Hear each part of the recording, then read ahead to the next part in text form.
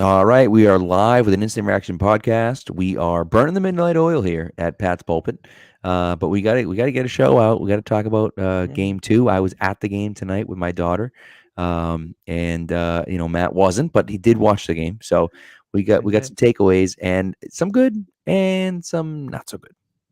Yeah. I was I think it was more good than bad by and large. And I think the top takeaway, people are gonna have questions about the first two series of this Yeah, offense. You got 3 and out the first two times the first team offense is on the field, mostly the first team offense, right. against the second string Panthers defense. On the surface, it doesn't sound great. But what you've got is a series of kind of one-off mistakes that all happened to happen when they did. So, It's true. uh, It's true. yeah, that's what I think what Max said or Bill said after the game about it was just kind of it wasn't really bad football. It was a couple mistakes, and you just play through it. That's exactly the case. I mean, like you get the Devontae Parker drop right on hmm third down. Was that third down? Um, I think that was second oh, down. maybe second down. Okay, but either way, he's Yeah, open, and it might have been a little. You'd like to see a little bit more of an accurate pass from Mac on that, but yeah. still, On the getting make broadcast, it they were couple. pointing out there's a linebacker over the middle. It looked like he's trying to lead him away from the linebacker and Right. make sure he doesn't get hit. Yeah. Yeah. And on the second series, right, he throws the ball way over Jacoby's head. That's a dangerous pass, anyways, man. That's a hospital Mhm. ball right there waiting to happen. And then, you know, I know Castle was talking about it on afterwards about how on the throw to Ramondre he had Aguilar if he had waited another half a second. But to me, I didn't, and maybe it wasn't a great throw to Ramondre, but Ramondre's not even looking. I don't know why when you make that angle cut, you're open. Like when you're open is right when you make that cut and get across the field. And yeah, he was short of the sticks, but you're just trying to get it to He, your running back and have him make he a had play. room to Ramondre's not run. even looking for it. Right. So that one didn't And make it not a was a great throw, weird but come play. on, Ramondre. Yeah, and it seemed like it's just not on the same page. Like Right. it's the team's just a little bit slow to get there right now. Um, and yeah, it's I'm not worried yet. I mean, you got another game next week, another Right. week of joint practices. You're a teacher, you know this. The kids are not the same when they come in the first, the second, the third Very week as true. they are by the end of the semester. And in a lot of ways, who they are at the end of the semester is more important than who they are at the beginning. Obviously, you can't have people fail in the class in training camp here, but I don't think that's what's going on. Right. No, I would agree. I would agree. I will say I found it very interesting. Of course, Trent Brown didn't play, which I'm not sure what happened there. I think they just gave him the night off, to be honest with you. But we'll see if Yeah. there's anything that comes out of that. Belichick did say, outside of Wilkerson, that everyone should be ready to go for joint practices in Oakland, Vegas, wherever the hell they play now. Las Vegas. So but that's one of those things for me where it's like, okay, I guess Trent Brown's not hurt, but the one absence that I thought was the most telling was Kendrick Bourne, who had built a great rapport with Mac Jones over the summer.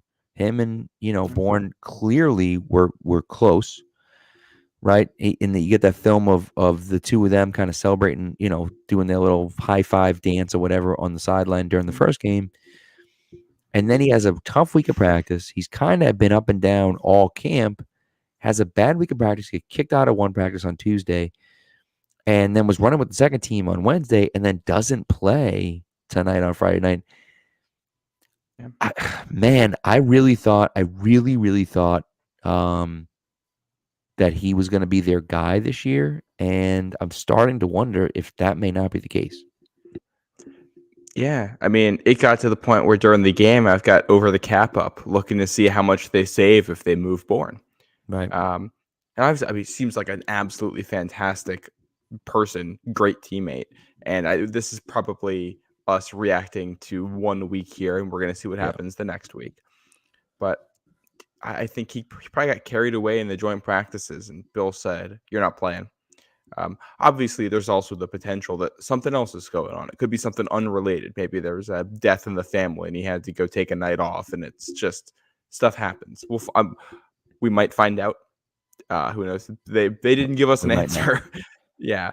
Um, but I mean, whatever it is, he's clearly shown on the field he can do it. He is one of the 5 best receivers in that room, and I expect them to keep at least 5 true wide receivers. But you save $5 million if you're able to trade him or get rid of him somehow, which is not nothing. Right. And it's kind of an interesting spot to be in. Um, he has not looked the same, at least from the reports. And No, he hasn't. He hasn't all camp, and that's kind of been the concern, right? And so, you know, the wide receiver room is an interesting one. I mean, listen, everyone that reads me and knows me or has met me on the street or listens to my podcast knows that I love Trey Nixon. I don't know. I don't see a path to Trey Nixon making this team, right? And so I just don't see it.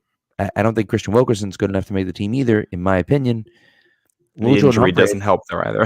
he certainly doesn't, right? And so, but Lil Jordan Humphrey's a guy that, he continues to make plays. He had a great special teams play today, and also has been open consistently across the middle of the field. I thought it was very surprising to me. Trey Nixon was a guy that I thought they were going to work out of the slot.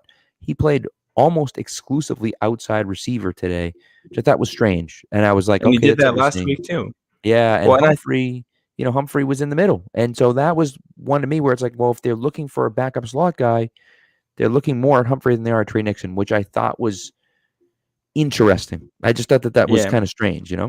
Well, I think the thing with Nixon outside, I want to touch on Humphrey too, but for Nixon, they've actually liked those speed guys outside for a while now. You go back to Brandon Cooks, who's an undersized guy that Right. they're going to put out there. They've tried that, and obviously you saw the reverse with N'Keal Harry spending time in the slot at some Yeah. points. So I think that's probably what they're going for with Nixon. He is small, but he's quick. He's fast. If you can use that speed outside the numbers, it can be really, really dangerous. But you heard what Belichick said about Humphrey, that he's almost a tight end. Yeah. He works the slot better than any tight end that isn't Hunter Henry on Yeah. this team. For sure. And he's a big body. You can tell Zappy feels very comfortable throwing it to him with kind of that big target. Just easy to get it in there and let him make a play. And he's also a guy who has had success in the NFL before with the Saints. I don't think you're getting Humphrey through to the practice squad at No. this point because somebody might pick him up. That's correct. Yep. Nixon, I think you can absolutely still get to. You could probably put Nixon and Wilkerson on the practice squad if you want to. Keep two tight ends on the active roster and keep Humphrey, because I'd rather have Humphrey than Asiasi right now. Absolutely. I mean, I don't see how there's any question. I don't see how there's any question in that, right? No one is going to keep a third tight end over, keeping a 6 wide receiver. It just doesn't, like, those guys don't do it. Especially when that wide receiver might be as good of a blocker as Asiasi is. Right. And they got a lot of good blockers in this receiver room anyway. I mean, Parker is, Myers is, Thornton's small but very, very willing. They had Thornton in there in a 2 receiver set at the goal line. It was him and I think Aguilar down there at the goal line. Right. And they had him come motion in behind the tight end to help block on the touchdown run. I mean, shoot, Trey Nixon was out there blocking people. Like, it's just everybody blocks that's what their receiving core does. Right. So if everybody's blocking, why are you keeping Asiasi over a guy who gives you a lot more receiving upside and can also line up in the slot or almost in line and give you the crack blocks when you need it? Well, and that's one of those things, right? People talk about, oh, they want to run 12 personnel, they want to run 12. Yeah, sure, they do want to run 12 when they can put Jonnu Smith and Hunter Henry on the field at the same time. If one of those guys gets hurt, they're not so in love with 12 personnel that they're going to just stick another tight end there. They'd say, okay, we'll play with one tight end, and then we bring, say it's Humphrey. We bring Humphrey in the slot, or we bring Devontae Parker in the slot. We bring one of those bigger guys in the slot who can block. Jacoby Myers is a great blocker too. So you put him in the slot, and he acts as, your second tight end blocking someone. So that's one of those things for me. Dark Blue Gold just mentioned it too. Like Nelson Aguilar, I know people talked about moving Nelson Aguilar and moving on from him, but like he has that deep speed, and you saw it tonight. I mean, that catch and the throw from Mack on that play too. The throw was perfect. But here's the thing, right? And this is what you have the ability to do. If you're going to play single high safety against the Patriots, which they did on that play, we put Thornton on one side, we put Aguilar on the other side. Good luck, right? Because both those guys can run by whatever corner is playing with them, and Mack can then throw it up to them, right? And so now you got one safety in the middle of the field. What it does is now forces you to split up and play 2 safeties, right? So now you're playing 2 deep. And so you're saying, okay, well, now we're playing too deep. Great. Now the underneath stuff's going to be open. Now we're going to be able to hit Just some run the seam ball. stuff. We're going to be able to run the ball, right? Because you take a guy out of the box. So those are the types of things that you're able to do when you have those two speed guys on the outside. And Aguilar gives them that nobody else on the roster, obviously outside of Thornton, gives them, is that long, deep speed. And, that type of pass that he threw tonight, that was missing last year, right? Like him and Aguilar couldn't get on the same page last year, and they are getting on the same page now, and that's Yeah. encouraging to see. Yeah. And the only guy that we saw last year have that with Mac, Kendrick Bourne, is the only guy who's really making deep plays too. Right, Aguilar is doing that, and Thornton. I mean, when you look at it, there should be 5 good receivers in this room. One of them has to be wide receiver 5. right, And it makes sense for it to be Tyquan Thornton being the rookie. But if he's good, if he's better than we've seen Pat's yeah, rookie receivers be in the past, and how many receivers are going to be active on game day? That's the other thing here. Humphrey gives you special teams. I mean, right. what a play he made, Oh, it's a great play. helping to down that punt. That's a great play. And There's yeah, Yeah. You get those moments in the preseason too where it's you see a guy make a play, hey, this guy probably made himself $1 million with that play because he's going to get some game checks out of that. 100%, right? 100%. And that's like, I think I said, Brandon Schooler had an opportunity to make one of those plays earlier in the game. And I said, hey, Yeah. man, if he makes one of those plays and he's automatically in the 53-man roster, right? He had an interception, of course, to end the game. But, but we'll see what the Tyquan Thornton injury looks like. Again, Belichick seemed to hint that everyone's going to be ready. So, maybe he just dinged it up a little bit and they're like, hey, screw Yeah. this, man. We're not sticking it back out there, right? That's what I would think. Yeah. And that's what I'm hoping because God forbid, man, if he gets hurt, we're in trouble. Not we're in trouble, but like, that you he's don't want to been say that. very good. Yeah. Well, I mean, the caveat to that is he did say, unless something came up tonight, but I would also assume if whatever Thornton was dealing with was serious, then they would have told Belichick tonight. I think so too. Yeah. Yeah. So, Which is, side note, I think we got to talk about one of the other stories here. Thornton's one catch, he was kind of getting piled on by Panthers in yeah. that tackle afterwards. And I think we saw some of the chippiness from the joint practices carry over. At least the attitude did. Oh, we sure did. I mean, listen, they get that pick six with the backups, and the entire team is on the field taunting the crowd and stuff. And it's like, man, if you're Matt Rule, I mean, what are you doing? What are you doing? What is your team doing? Celebrating an interception. You want to celebrate with your guy.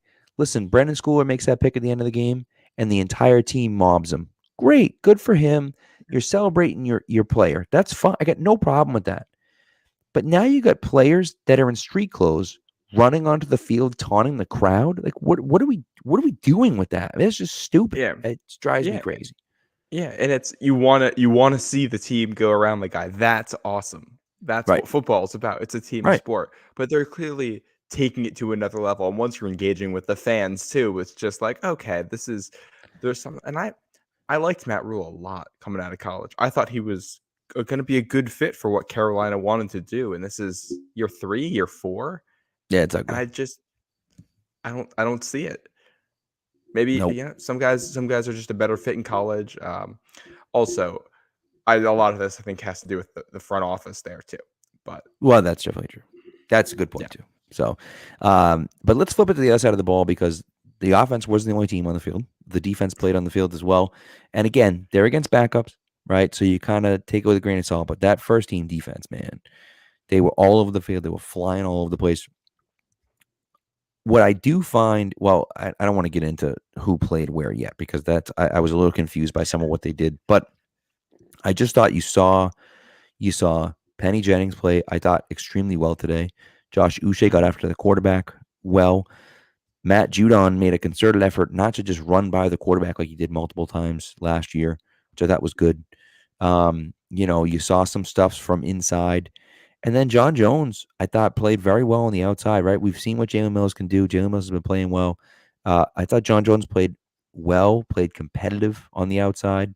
And again, brings you that speed that they don't necessarily have with their, Mitchell is fine, but he doesn't bring that crazy amount of speed, right? Jack Jones has some athleticism and speed, but doesn't have the speed that a guy like John Jones has. So to me, if you can put him on the outside, especially with who they're playing for, who they're playing against, I'm sorry, this year, I think that's going to be helpful. Yeah, I agree. And I think up on the line of scrimmage too. I mean, it's Carolina's backups, Right. but I thought they made it look like it should when you're playing against guys that are worse than you. Yeah. And obviously, there's a couple plays here or there, but that's football. By and large, they really shut down Carolina for most of the day. They had what we all thought was a safety at first that was actually the strip sack at the end of the Yep. game and a recovery. And it was really from the front to the start. Any point where they wanted to rush the passer, where they got into a position to rush the passer, they were getting there. I have Yeah. some questions about the run defense still. Up in the, I think they're really good on the edges. It's just up the middle, the defensive tackles, if they're able to hold the way you want them to. But by and large, I'm not really worried about how they're gonna hold up against the pass. It's just Right. being able to get yourself into a good position. I said this Yeah. last year. I think it's been true of this team for a couple of years now. It's a offense and defense built to play with the lead, Right. where if you can get into a position where the other team has to throw on you, you're going to be in a much better spot. Yeah. No, I agree with that. And I think one of the hard things, and you saw Juwan Bentley, I mean, Bentley's not great in coverage. Not very good, right? He's okay.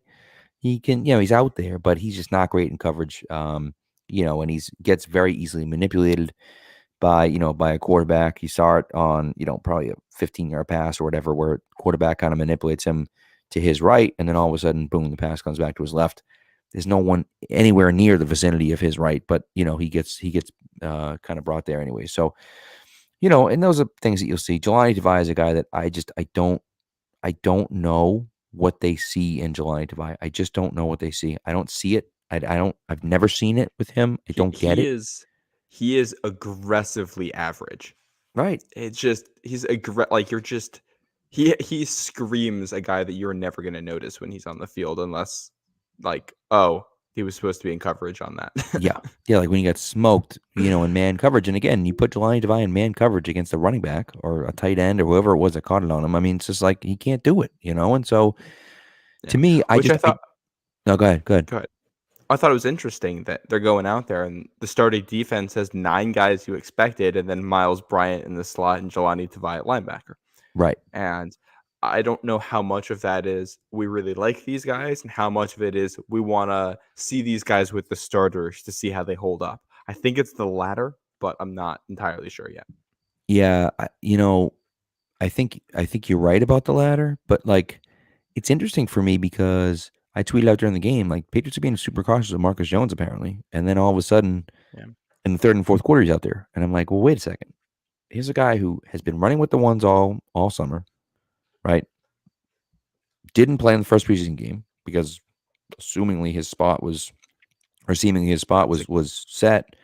And now he's running with the backups. Like I don't understand, right? Now maybe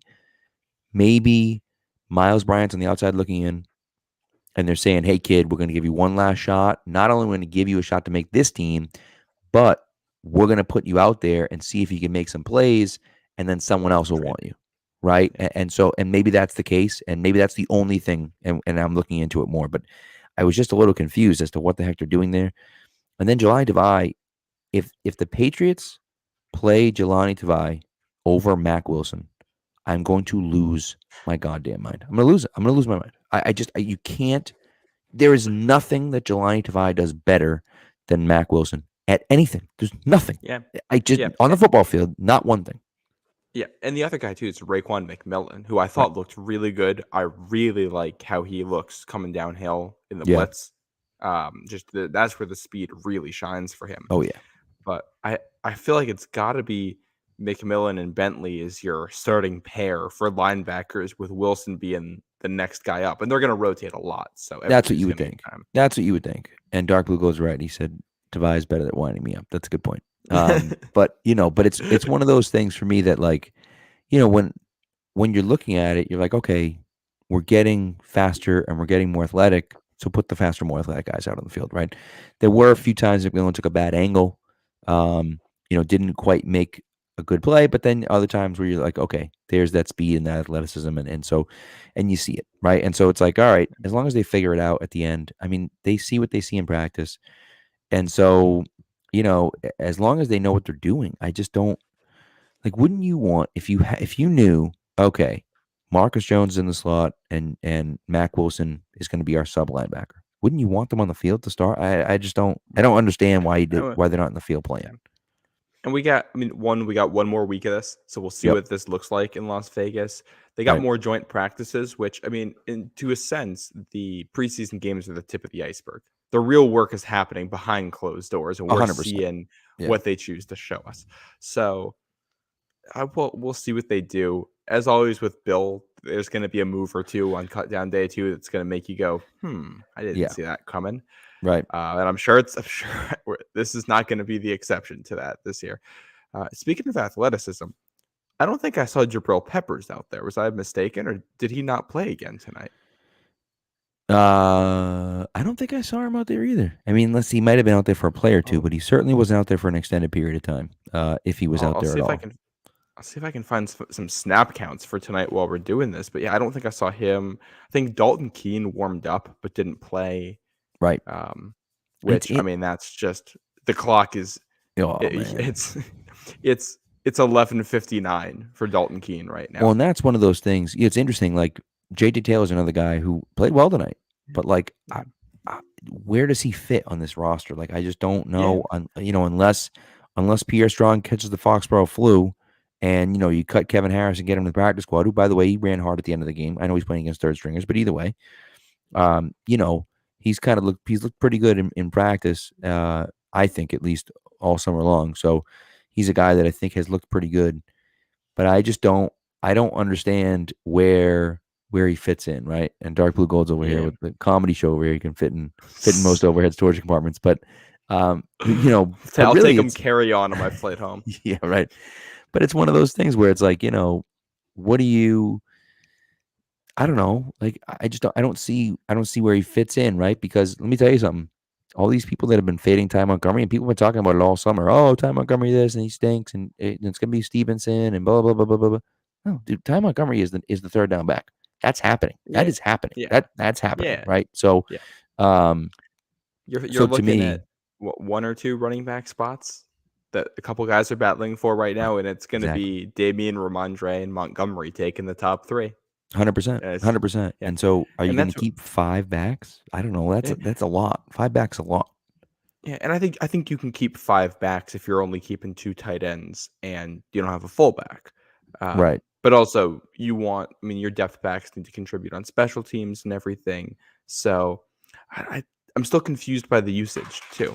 Yeah. J.J. Taylor, I feel like, has been the best back that's played in the preseason for them. I don't feel like they've gotten a ton from Pierre Strong or Kevin Harris. No, I've liked what I've seen from Kevin Harris. Yeah. Pierre Strong, I think, is a guy who needs a lot of room to run. I think he's a guy where once the offensive line starts clicking, you're going to see it with him. He's a guy who needs to get to that second level. He's a one cut guy. He's a one cut guy, and I think that's, to me, I think that's one of those things where you see that happen. Yeah, and you see it all over his film. If you watch his college tape, like that's what he is, a one cut guy, and I think that's why they drafted him, because this is eventually going to be a one cut offense. It just hasn't gotten there yet. Not there yet. Yeah, and I do think on that note, I thought Strange looked good for the most part. Yeah, Ferentz had a rough game. Oh, real rough. Yeah. Which is bad. I've been defending him all week, the last couple of weeks too. So not a good night for that. But the offensive line by and large was fine tonight. Yeah, which I'll take when you're missing 3. We'll call it 3.5 starters because you got Onwenu shifted over a spot. Right. Yeah. So that's So we'll see. Kyle asked a question about Lil Jordan Humphrey. We did talk about that. There is a possibility that Lil Jordan Humphrey makes his team. And him playing on special teams and playing well on special teams is going to give him a really good opportunity to get on this team as well. Like, you have to be able to play special teams if you're going to be a backup on this team, and he does it well. Yeah, and the other thing is too, I mean, you're looking at kind of three. We talk about the 53-man rosters, but you're looking at three different rosters at the same time here. There's the expanded roster, which is guys you can keep on the practice squad, Yep. plus your roster. There's the 53, and then there's the guys you're going to have active on game day. Right. And Humphrey's one of those guys where I could see him being somebody that barely makes the cut and then is going to be active on game day because he gives you something on special teams. And Right. if he does that, all of a sudden, I don't know. We tend to look at this through the lens of, all right, they're going to keep X players at this position. They're going to keep X players at this position. But you really also got to look at it through the lens of, are there guys that you can't cut? You know that they're going to be active on game day and they're going to help you. So, all right, we're going to keep room for them. And if it means we're cutting somewhere else, we're cutting somewhere else. But you figure that out as it happens. Humphrey's a guy who's kind of building the case for being in that spot if he can be kind of tight end 3, receiver 6, and a special teams contributor. Right. Yeah, exactly. The more hats you can wear, the better. Right. And so I think it's interesting. And again, I love Trey Nixon, but it's like if they want him outside, now you have to compete with Nelson Aguilar and Devontae Parker and Tyquan Thornton, and you're not winning that. I don't care who it is. Trey Nixon isn't winning that battle. Right. And so, but again, what he gives you that little Jordan Humphrey doesn't give you is the ability to be on the practice squad. And maybe he's done enough that someone looks at it and says, we want him. But I just at this point right now, I mean, again, maybe they trade Kendrick Bourne, which I hope doesn't happen, but maybe they trade, Parker. Maybe they trade, Aguilar. I don't know. Right. But like right now, as constituted, I look at that roster and I'm like, I don't know where he fits in. And Humphrey's a guy that theoretically could fit in because he has that size as that, like, basically that essentially that third tight end position. Right. So I think it's at least a possibility. Right. Yeah. While we're talking just roster battles too, there's 2 names I want to throw at you because I want to see what you think about this. Yeah. One of them is going to be Ronnie Perkins, and the Okay. other one is going to be the kicker there, Vizcaino. Is that how you say that? Yeah. Who obviously he missed a kick tonight, but he also made a long one. Right. Where are you feeling on those 2 guys? That the kicker controversy is over. That battle's not a battle. It's over. Like, I'm sorry, Nick Folk's too good. He's too good. He's automatic, right? He's automatic. And I know that, okay, if he's out in the 50s, maybe he's not hitting it. But if he's, 47 and in, it's almost always in. So to me, it's like, how do you get rid of consistency there? And we know Bill loves consistency. He wants to know where he stands. So if you look at it and say, okay, and this is why they cut Quinn Nordine, and obviously it was an injury, but nevertheless, okay, great. This guy can hit from 56. Awesome. That's awesome.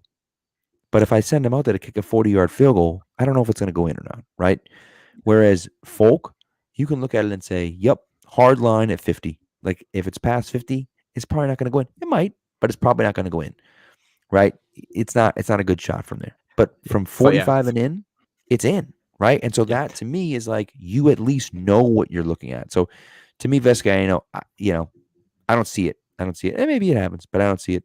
And then the Perkins one, I think, I mean, look, Ronnie Perkins in his second year, I think it would be crazy to get rid of him at this point. I think Josh Uche would have more of a shot to get traded than Ronnie Perkins, in my opinion, unless someone wanted to give you something for Perkins. But, like, to me, you're just kind of finally starting to see him come into his own a little bit. I think he's played significantly better. He had a really nice play on a naked bootleg that, Corral thought that, one of his receivers was going to be wide open, and Marcus Jones and Jack Jones were both, had great coverage.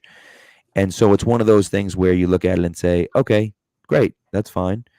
But then, Ronnie Perkins chased down Matt Corral, who, had a nice scramble earlier in the game, like, and can move. And so, is Ronnie Perkins going to be a starter? Probably not. But I do look at him and think there's not enough guys on the edge that I think he gets pushed out. See, I'm kind of feeling the other. I have my depth chart up here. I'm looking at guys who play the edge, which this is going to be a mix of your linebackers and your defensive ends. Right. Yep. Yeah. But you got Judon, you got Wise, you got Uche, you got Anderson, who I thought looked pretty good, Yep. Jennings, Perkins, and DeMarcus Mitchell, who has looked pretty good. And LeBron Ray is a guy who can kind of go out there, play the edge a little bit in a Lawrence Guy or Wise kind of way. He can play a 3-tech or a 5-tech. Right. And it's just it's a lot of bodies, and only so many of them can be active on game day. And I don't Yep. know. Perkins plays special teams, but Uche can do that too. Jennings can do that too. I'm not sure what he does better than either of those, but I don't know how you cut him given it's year 2 in the draft stock. So And that's the thing, right? He's a third round pick from last year, right? So it's kind of like, and it's not like he's terrible, right? It's not, with some guys like they go on the field and you're like, oh my god, this guy's awful. Like it doesn't matter where we drafted him, you got to get rid of this guy. But to me, it becomes difficult to cut a guy that you spent a third round pick on last year, right? So and Bill doesn't really care about that stuff. He'll cut a guy no matter what. It doesn't really make a difference. But I find it hard to believe that he's going to cut a guy like Ronnie Perkins. And again, that's why I thought Uche is a guy that if you can get what's an interesting development with Jennings. So it's interesting development with Jennings and with I think even Perkins to a little bit of an extent, but certainly with Jennings, is that you've gotten some pressure on the outside with him. Whereas, you looked at Uche, and everyone said, well, Uche's going to make the team. And the only reason he's going to make the team is because they don't have an edge rusher, right? They need that pressure from the edge. And Uche does that for you. Well, you look at it and say, okay, well, if we can get that from Perkins a little bit, if we can get that from Jennings, and if we can get that from guys like Wise and, even Mitchell, who knows, right? I mean, I was impressed with what I saw at the end of the game. But, if we can get that from some other guys, we don't really need it from Josh Uche. Yeah, okay, we can trade him somewhere, and he can be – I think Uche could be a guy that can get you 8 or 9 sacks a year. But he just has to be in that role where he's only playing passing downs because that's all he can really do. And so I don't see – I'm almost like I think we're looking at the same roster, and I'm looking at it saying, I don't know how I don't know if Josh Uche fits in, and you're looking at it saying, I don't know if Ronnie Perkins fits in. So I think we're on the same page. We're just looking at different players that aren't going to make it, Yeah. And I think it's kind of crazy that the guy we haven't talked about will they make it is Jennings because he's looked so good. That's a guy who I think we all thought he's coming in. He's going to be Jawan Williams, and that he'll come into camp. He'll go through camp, and then he'll get cut. Exactly. He's really stepped up his game. He's found a home. I like Uche a lot. I'm a Michigan fan, so I'm a little bit biased there, but I think he's just so good as a pass rusher that if you can get him on the field, like if you could, he's the kind of guy where he can turn every 3rd and 6 or 7 plus into a much more difficult situation for the other side. And when you're playing Josh Allen, that's huge. The flip side is I don't know if I trust him to contain against Josh Allen. Right. And that's the concern. Bill likes, I don't know if we've seen consistency. I don't know if we've seen enough in the preseason to know one way or the other where he is in that consistency either. Right. They did start off first snap of the game. They were in a 3-4 look with 2 outside linebackers with Judon and Jennings, which if they're going to do more of that, I think Uche can have much more of a role. I think he can be in a more comfortable spot out there. Yeah. No, it's a good point. And so we'll kind of see, but you're right. There's too many guys there right now. I think the big thing with Uche is that he probably have more of a market than a guy like Perkins because he's better. Yeah, well, not even he's better, but I think the pass rushing is something that people are, and I mean, he is better because we've seen nothing for Perkins so far, right? But the pass rushing ability is still coveted, right? So even if it's a guy who literally all he can do is rush the passer, guys want that, right? So, it's one of those things that, he's going to get paid somewhere or someone's going to want him. And so you could turn around and trade him for a third or fourth round pick, right? So an early. I could see a team like you know what I mean. I could see a team like Denver too being a good fit for him.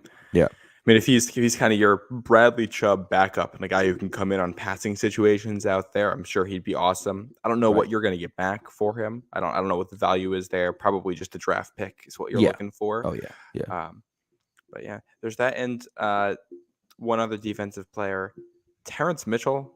Oh, like the Terence Mitchell, it feels like it's Mitchell and Sean Wade maybe for the sixth corner spot. Yeah, it's tough. And Sean Wade's been playing well. Sean Wade's been playing well. Mitchell's been playing well all camp too, so it's kind of hard. But like, if you're coming down to Sean Wade or Mitchell, I mean, is anyone choosing Mitchell in that? Like, I don't know how you I think choose some Mitchell or people Wade. are, but it depends because I think Wade looked good. Wade has been more inconsistent. The thing that bothers me is that I feel like Wade is better at like the catch point, better at disrupting passes. I feel Right. like we've seen a couple plays for Mitchell just not go his way, and it's not rational. But I feel like Terrence Mitchell's just kind of unlucky. Yeah. He's got the baggy undershirt underneath the jersey, and every time I look at him, I'm just like, is this? Are we sure this is a football player, or is this just Right. some guy they brought in? Um, Yeah. they stuck pads on him. So yeah, it's a little bit of bias there, but like I don't know. And I mean, I think there's a situation where they keep both, and Yeah. Miles Bryant gets cut, um, and we're all like, oh, and everybody forgets that he started a preseason game. Yeah. No, you know what? I really, it's a good question, man. It's a tough question. And I think Dark Blue Glow mentioned Wade had that terrible play where he ran into Marcus Jones on the punt return. But, Yeah. I do think that, that they're good enough to keep them both. I really do. I mean, Mitchell's shown a lot, I think. He's a I good like run Miles. defender. He is. He He is. punches the ball out. And they love that stuff, right? So I Yeah. like Miles Bryant a lot. But like he might be the odd guy out, right? Like he might be the guy that, where they look at it and say, like, yeah, no, he's the guy that doesn't make the squad. And again, maybe you start him this game because of that, because he's not going to start for you. He probably isn't going to make the team, but he's shown something in punt returns, so he can return punts for you, and he's shown something in slot coverage, and so maybe you can turn around and get a 5th-round pick for him. I don't know, maybe you can't, but Yeah. maybe you can, right? And so Yeah. you look at it and say, we Yeah. can get something for this guy, Yeah. People forget he didn't make the roster last year right? either. And we Yep. were surprised about it, but Very I think surprised. I think he's a solid player. He's the type of guy who might make impact plays for you, and simultaneously, if he wasn't on the team, you wouldn't notice. Right. There's kind of the bottom 10 players on every roster get kind of like that. And it's so tough because he does everything Marcus Jones does, but I don't know if he does any of it better. Right. Right.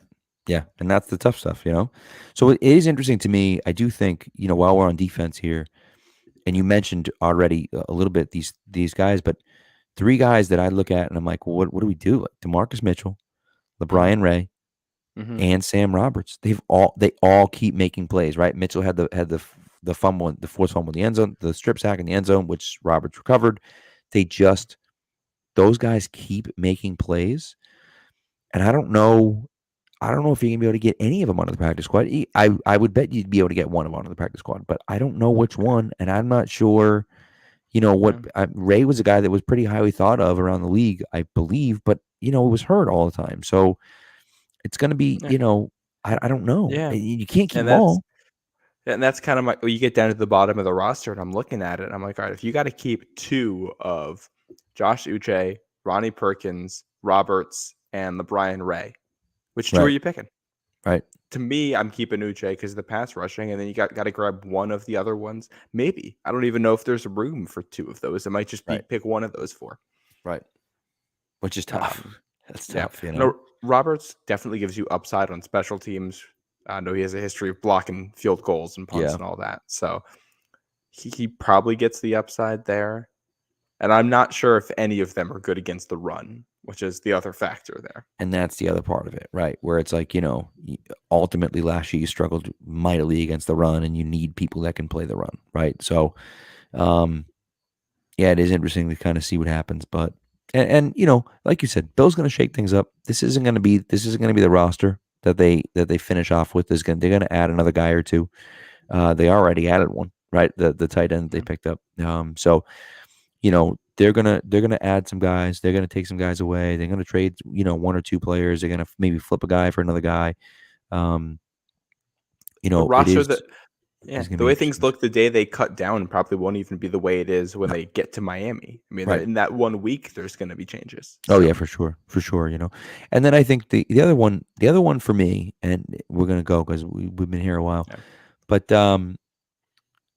Brian Hoyer is a question mark for me because Bailey Zappi, he had a terrible pick six today. A little bit on still think Trey he Nixon looks good too, though. but he does. If you give him time, my goodness, he can sling it out there, right? So Yeah, I just feel like we don't necessarily need Brian Hoyer. I think we need Brian Hoyer to help Mac, but we'll we don't see. need Brian Hoyer to be a backup quarterback. See, this is where things get really tough on the contract situation. Because if you cut Brian Hoyer, not only is it almost $3 million in dead money, you Yep. have kind of another million in future money that gets tacked onto that. So you're going to end up paying $3-4 million this year for a guy who's on your practice squad. Um, and I feel like Hoyer saw this coming and put this in his Right. contract to be like, if I'm playing for you, I'm on the roster. I'm not doing the practice squad anymore. No, which makes sense. Which makes sense. And look, and maybe the Patriots say, okay, well that's the way it goes, and that's fine. Maybe Zappi gets the Foxborough flu and ends up on the IR. I don't know, Yeah. but I just Yeah.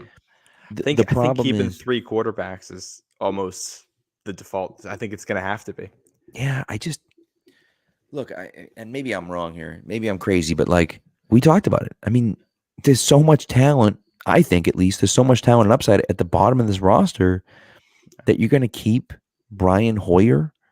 You're going to keep three quarterbacks because and cut Sam Roberts or LeBron Ray because you have to keep Brian Hoyer and Bailey Zappi who in a perfect world are never going to play for you. Like I find it very hard to believe that they're going to do that, right? So like I don't know. I'm not sure what's going to happen, but I just think like man, I really don't want to see either of those guys make that one of those guys I would like to see not make the 53-man roster. And again, maybe that's Brian Hoyer goes to IR because he's hurt.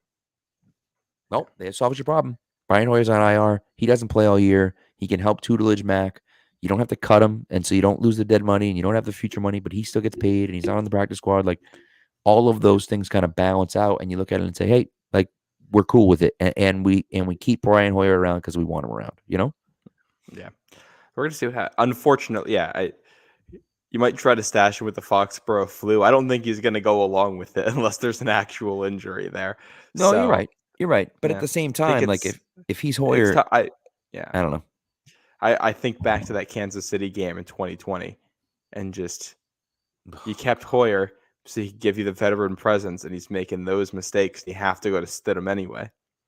That was brutal. That was brutal. Yeah, You could yeah, make the argument if they started sitting, they win that game. Now maybe they don't, but like yeah, my goodness, Hoyer was terrible in that game. So, yeah. Which um, is there's a lot that that game is one I would be very comfortable erasing from my memory. yeah, The highlight of that game is a Jarrett Stidham to N'Keal Harry fade in I the know, end right? zone. That is the only play I remember with any clarity. Yeah, yeah, Which crazy. that's feels like a fever dream. That game was played on a Monday afternoon, if I'm remembering correctly. Was it Tuesday afternoon? No, maybe Monday. Yeah, no, I think you're right. I Monday think it afternoon. was like a Monday at 4:25 or Yeah, it was ridiculous. 4:35 or something. Yeah, And stupid. let's not do that again. Yeah, let's not. That was that sucked. So, anyways, all right, that's what we got. So lots of stuff to deal with, of course.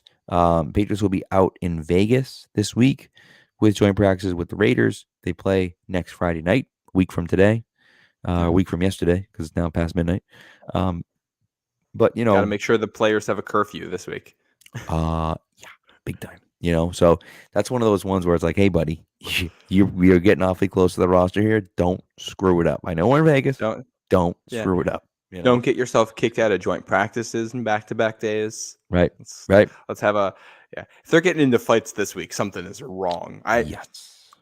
Josh McDaniels should have his guys under control. I'll tell you, and we'll talk about it anyways. In the coming weeks. But like, I really believe that Josh McDaniels is going to do really well. I just think I've never heard a guy own up to his mistakes as much as McDaniels did, right? And Yeah. just fully, just outright, like, hey, I sucked when I was in Denver. I sucked, and I realized that I sucked, and so I'm gonna figure that out, right? So And I have was some good impressed. players out there too. Yeah, Oh, I yeah, think that offense will work well with Hunter Renfro and Devontae Adams too. I think they'd fit in that Patriot style offense that seems like they're running. yeah, I agree. Well, you Which get is Darren Waller too. I mean, like, come on now. yeah, yeah. Those three I guys think together be beastly. I think while we're looking ahead a little bit, the thing to watch is going to be Jalen Mills against Devontae Adams. Oh, baby. Yeah. I Yeah, because feel Mills I has been the feel number one good. corner. Yeah, I feel good about the secondary against any team with middle of the pack receivers. Right. We're gonna see how they do against teams that have that top guy. Yeah. Because they're gonna play him.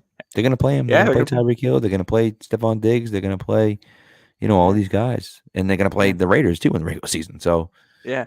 Which we all know. I mean, Bill definitely scheduled this game because they've never played in that stadium before, and he wants to get his whole routine of down. course He he wants to does. know Yeah. what direction the grass goes, Yeah. and he wants to know how dry the paint is by the kickoff time. Like he wants to know all of that in advance, so when they play out there this So I season, heard the he grass is has the actually a routine. mess. I heard the grass is a mess because they do what Arizona does, They which throw it is outside and wheel it wheel it in, in. right? Yeah, And I it's so guess the cool. soccer team plays there too, and they like it like muddy, and it got like gross and nasty. I guess is what I heard. Really? Now that might be Oh, wrong, but well, that's what I heard. it'll So still be better than the Bears field. yeah, well, you got that right. Yeah. Yeah. Have you ever seen what do you call it from the old NFL films highlights, the Pats Seahawks Super Bowl in Arizona? They start the highlights of that with the shots of them wheeling the field Oh yeah, in, yeah, yeah. and there's a shot where they have the camera on the field as it's wheeled in, so you feel like you're getting taken under and into the state. So Coolest thing. crazy. Yeah, it's Yeah, awesome. I think it's love that amazing they stuff. can do that crap. But Yeah, so, well, anyways, well, thanks for coming along with us, guys. We appreciate it, and a win in the preseason. Not that it really matters, but a win in the preseason for the Patriots, and first win of the year. first win of the year. We'll take it. Hopefully, a lot more to Let's do come. more of these. I know, Let's right? no more losing podcasts. No Let's more just not losing do that podcasts. anymore. All wins. We'll go. How many? 17 plus 3. That's 20 plus 3 more. Let's go 22-1. That'd be nice, right? On 22-1 Yeah, this year. Take it. that seems reasonable. Yeah. What the hell? Yeah. So all right, guys. Well, thanks for coming along. We appreciate it, and we'll talk to you soon.